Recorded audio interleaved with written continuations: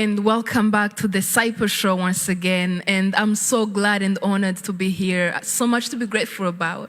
And today I am welcoming you back to a new episode where we're going to be sharing stories of testimonies and things that have touched our lives and how we redefine heroism in our own lives, individual journeys.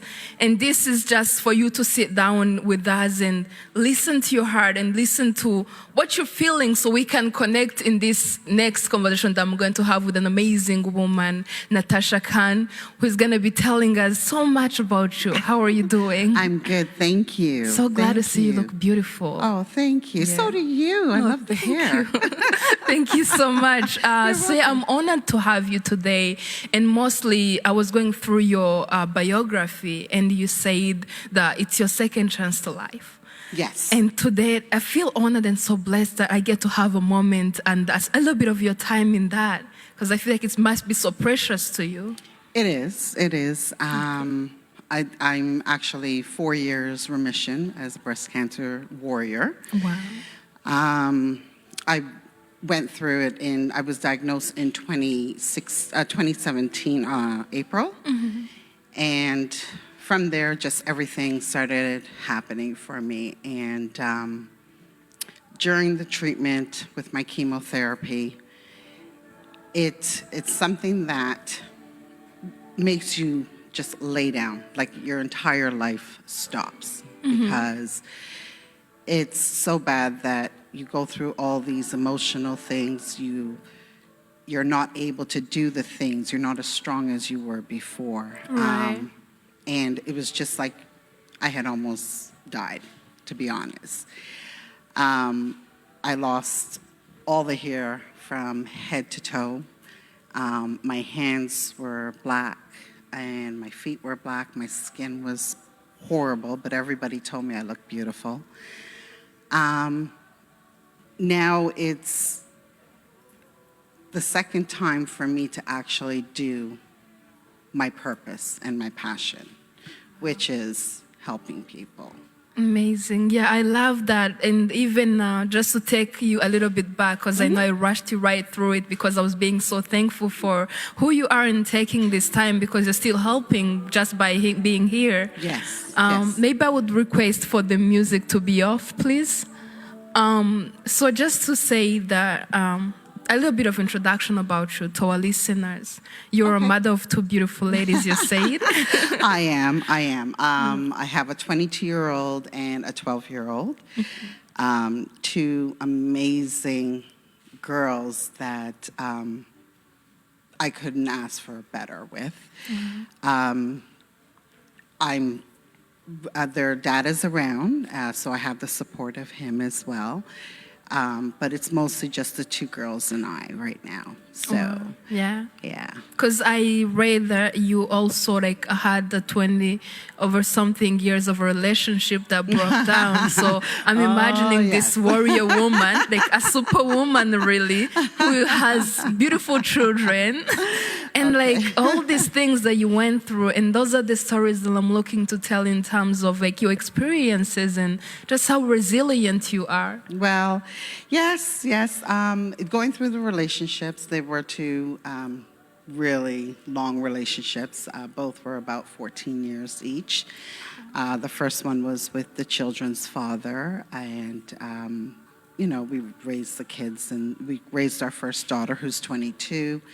But just a lot of things didn't work out between us, and it just came to a point where I had to make a decision for myself and for my children.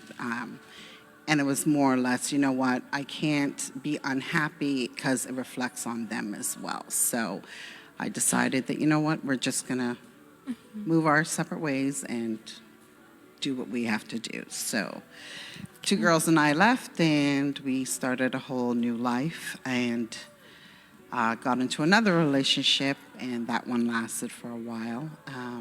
And that one is the last one I just recently got out of, maybe about 2-3 years ago. And that one, he was here for my whole treatment and the whole cancer and stuff. But going through the relationships, it was a moment for me to realize what I didn't want anymore, or what it is I wanted for myself and not anymore for anybody else. Now it's more or less, it's just about Natasha. And as selfish as it may sound, it's what I have to do in order for me to move ahead and to find myself and for me to find my purpose. So, in all these things that you went through, life itself, was there a moment where you were like I'm doing everything for everybody else, like the time that you decided to work for you? Yeah, it was more, I would say when I was having my treatment and I was like in a dark moment, and you lay there and you think to yourself, you're by yourself, first of all. Nobody else is there for you to understand that pain. Not that I didn't have a support group, but it gave me a moment to realize I do so much for everybody, and I'm here now by myself. So obviously I'm here by myself because I need to find out what it is I need to do for me now. And after my whole treatment, I expected to get back up on my feet and go get everything and be this powerful woman. Yeah, which you are, by the way. You're doing incredible. You're groundbreaking. Thank you. It's amazing. Yeah. But it took time. After the treatment, I had to, the person I was with, we had to move, and we decided that's when we were going to go our separate ways. So my girls and I basically buckled up and we found another place, and the three of us moved in. And this time it's just the three of us. It's nobody else with us. How does that feel, like choosing to stand on your own toes? Honestly, it felt amazing. It felt so powerful. I remember the day that I, went to bless the house and just walk around the house by myself, and I had that moment of, you did this, and you're going to do this. No matter what happens, you're still going to get through everything. And I did. And it's been the three of us now for the last 2-3 years on our own, and it's been great. There's nobody in our space that we're, that we have to share with. It's just the three of us. And honestly, those two girls really are the ones that push me to do everything today, because my daughter, the older one, when I was going through my treatment, she actually graduated out of college, Durham College, and she graduated with honors. Incredible. Congratulations to her. Thank you. And then now she's graduating from Ryerson. So wow, amazing. It's amazing to see my kids push through when they saw me at my worst, is what I can say. So you have all these things happening beside you in terms of like your daughters are achieving things and they have a whole life in front of them, and they're also battling for your life, literally. So like I imagine there must have been a moment of revelation in the terms of the new decisions that you've made. Oh yes. So what comes? You talk about purpose a lot. Like what is that? Because so many of us are working 9 to 5, and we don't want to wait until you feel like your life is almost over to chase a purpose. It's not waiting, is how I look at it. It's divine timing. Wow. When it's your calling or when you're called to do something, that's when it will happen. So much of us want to rush into things and we want to get this done, and it's not going to work because we have to go through certain things in order to learn what the next step is. So, for instance, doing hair, you need to learn the certain steps in order to do hair. You need to know what sort of products to use. You need to know how to care for it. So there's steps, and the same thing with life. For me, I have to go through certain things in order for me to move up to a next level. Right. I've had a moment where I've actually been walking and I'm like, Oh, that's why you've put me in so many high positions. Like I've ran 2 daycares. I've been a supervisor with it. And it's just, I've had staff and children that I was in charge of. So now for me, I understand, okay, so your purpose is to have your own business and for you to do and run it how you want to.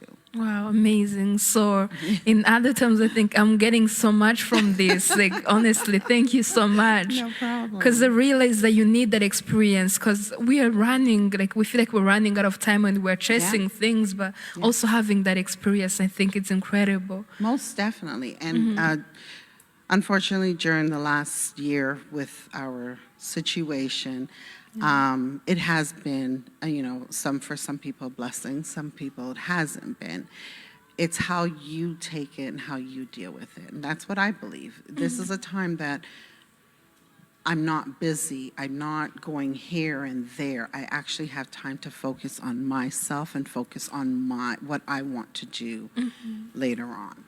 So as a mother, what are I understand from this that because it's an experience. It made you who you are and made you stronger and it made you this incredible woman that you are.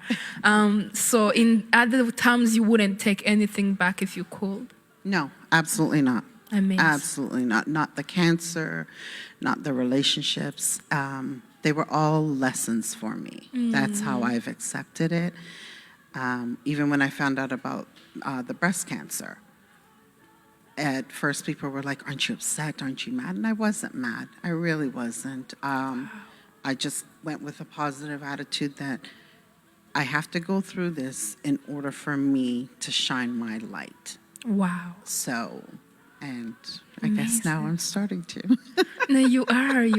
Like, honestly, like earlier I was talking to my friends about healing and they said, I think it's a verse in the Bible that we don't fight against flesh and blood, but against principalities. So when you talk about that, having that positive approach to everything, it kind of helps you to become a healed person. Yeah.